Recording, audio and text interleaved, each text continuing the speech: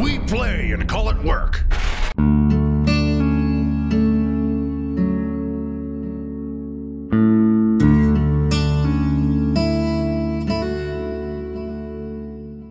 Why do I love the Grand Alliance destruction? This is why I love destruction. I love the utter mayhem, the no political agenda, fighting for the sake of fighting, or to eat more food, or to just show who's the biggest and the strongest, and just have that wonderful, crazy carnage that comes only from destruction. Oh, and just really quickly, right after you finish watching this, we put some links in the video description to some battle reports that feature our destruction armies. In our studio, we have almost 19,000 points of destruction mixed between a few of the different factions, including as well some of Josh's Ogors over there. And yes, some of these are still on square or rectangular bases, and that will eventually be rectified so that everything can be on glorious circular bases. Here we have our Beastclaw Raiders, the army that Josh loves and everybody else seems to hate for some reason. And then we got Josh's Ogors. These are the old fantasy models brought forward. And they're a lot of fun to play with, actually, including the fire bellies and everything else. And then we've got our Trolls, who we haven't been using much, as you can tell, because they're on square bases. Square bases are now outlawed here, so these will be replaced so that they can be shown in battle reports. Then we have one of my favorite armies, the Moon Clan Grots. Are they good? Absolutely not. But are they fun? Yes, absolutely. Especially with squigs, squigs, and more squigs, and all of our wonderful mushroom-eating shamans, and our huge, colossal squigs at the end. And we have the Spiderfang Grots as well, one army that I'm looking forward to play once we get it rebased, because they just have such a cool aesthetic to them, with these gigantic spiders riding around with these tiny little grots on their backs. And then, of course, who could forget the Ironjaws, who are, in my opinion, the quintessential destruction army, as they are strong, they hit like a ton of bricks, they also can take damage, they've got their Gore Gruntas, and they've got their Maw Crushers at the back there. Ironjaws and the Moon Clan Grots are definitely my favorite destruction armies. We also have some other Forge World models like these Basilisks, these Gargants, and the Rogue Idol. I love the Rogue Idol! Is it worth its points? Not really, but it looks fantastic and it is terrifying in the game. Being a relative newcomer to Age of Sigmar, having only really started it in the past 6 months, I want to say, that people were always asking me right off the bat, well, what's your favorite army? Which army do you want to play? And my answer was always, I don't know. I've been enjoying kind of playing a bunch of them. I started with Stormcast Eternals, and I was playing Nurgle, and then I tried all sorts of different armies. But once, the very first time I played Moon Clan Grots, there was something about it that just spoke to me. And that's when I realized, by accident, that I was a big fan of destruction. And then playing Ironjaws in one of my narrative campaigns, I saw how cool they were as well. And so it made me immediately want to expand on our Ironjaws army, which, if you, the keen-eyed will notice that there's a lot of models in that Ironjaws army right here that you've never seen before, because they're brand new. And we'll be showing them off soon in some showcase videos. As destruction, as I've learned more about the lore and about the various mortal realms, the more I realized I really do like them. Like, I enjoy a lot of the armies, but the realm of beasts is probably one of my favorite realms.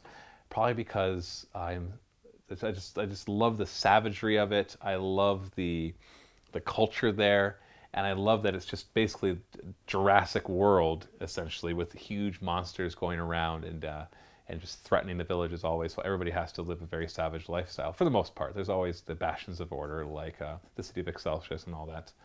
But because the realm of beasts spoke to me so much, destruction is just a natural outcropping of that. And yes, of course, Grots and Orruks and Ogors are in all the realms, but the realm of beasts really speaks to them, of course, being the realm which Sigmar found Gorkamorka in, and had that famous brawl where he just fought Gorkamorka and entire mountains were toppled and new valleys were created, and they fought and they fought and they fought so long that just when Sigmar's about to give him another punch, they both just start laughing.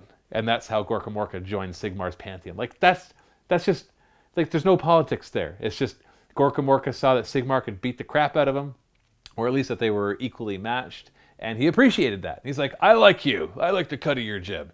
Whereas with everybody else, like Nagash is just so conniving, and he's like, I'm the god of death. And it's like, no, you're not really. You're just the guy that killed all the other gods of death. And you got the chaos gods, of course, who are always wanting more and that. The destruction is so much simpler. They have their own laws and order. Now, you might think, well, they're not order, they just destroy things. But they don't just destroy things.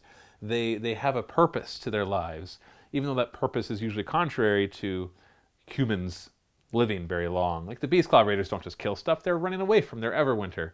And they love to eat meat. And so if you feed them enough meat, they'll work for you. The Iron Jaws are all about might makes right. Whoever, we got to prove who's the strongest, and you do that. If you don't have anybody to fight amongst yourselves, and you go out and you find the biggest and baddest enemy, and you prove it. MoonClan Grots, as well as all other Grots, are of course sneaky little gits. And they like to infest the forests and hide in the swamps and ride their squigs, or in the case of the Spiderfang Grots, they ride their spiders, and they're just a neat little addition. They're more than just a typical Tolkien goblin. They've come to the life of their own, and being those little Gretchen from 40k or the Grots.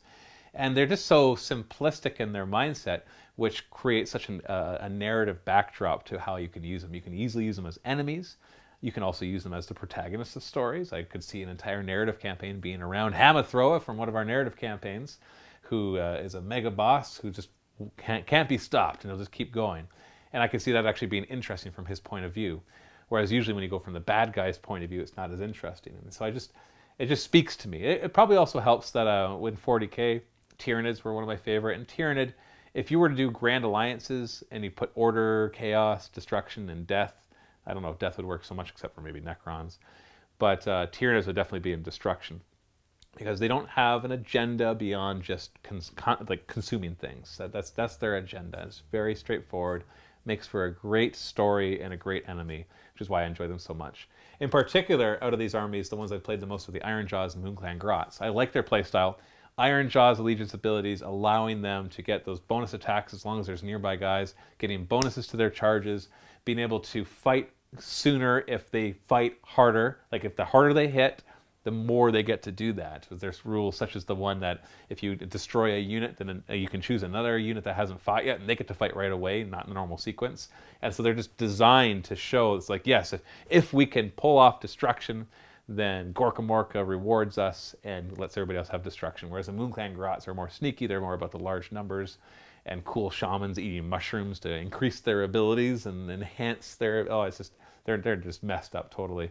And destruction, of course, it gives you the biggest monsters. They're all about monsters, and so the huge monsters, Maw Crushers and Colossal Squigs, and the humongous spiders, the Colossal Spiders, and the Basilisks, and the Gargants, and the Rogue Idols, and just the fact that the Beastclaw Raiders are pretty much an army of monsters. It's just so fantastic.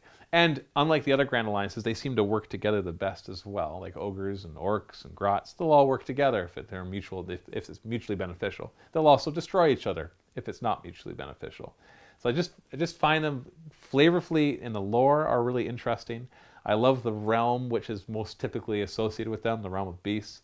I love their playstyle on the table. I'm the kind of person who wants to just charge into combat, dish out damage, let my guys die as well, but as long as both sides are getting lots of destruction down, then I'm all about that, rather than sneaky tactics. No, it's just full on go out there. You still use tactics and trying to get your guys lined up for their abilities, but it's not about, the enemy knows what's happening. Oh, there's orcs across from me. I know what's going to happen next. So they just call to me that way. And having this many available is nice. It gives us a nice variety in our narrative campaigns and our battle reports as well. That is why I love destruction. So that's what I think. What do you think about the Grand Alliance Destruction Age of Sigmar? Tell us in the comments below. Also, we're going to post some links in the video description to some Age of Sigmar battle reports that involve the destruction. We got some awesome MoonClan Grot ones and some great Iron Jaws ones as well that I want you to go and watch. They are in the MiniWarGaming Vault, however, so you need to be a Vault member. If you're not a Vault member, please consider becoming one, because it's what supports this addiction. No, this hobby. Hobby. That's the word I was actually looking for. Allows us to buy models, terrain, allows us to work here full time and make battle reports, narrative campaigns, and all of that. And if you're not sure if you want it, click the link. You can get a free 7-day trial, get instant access to those battle reports, try out the vault. And if you don't like it, well then cancel. No harm done. So this is our destruction army. Stay tuned for more Why I Love. Happy wargaming.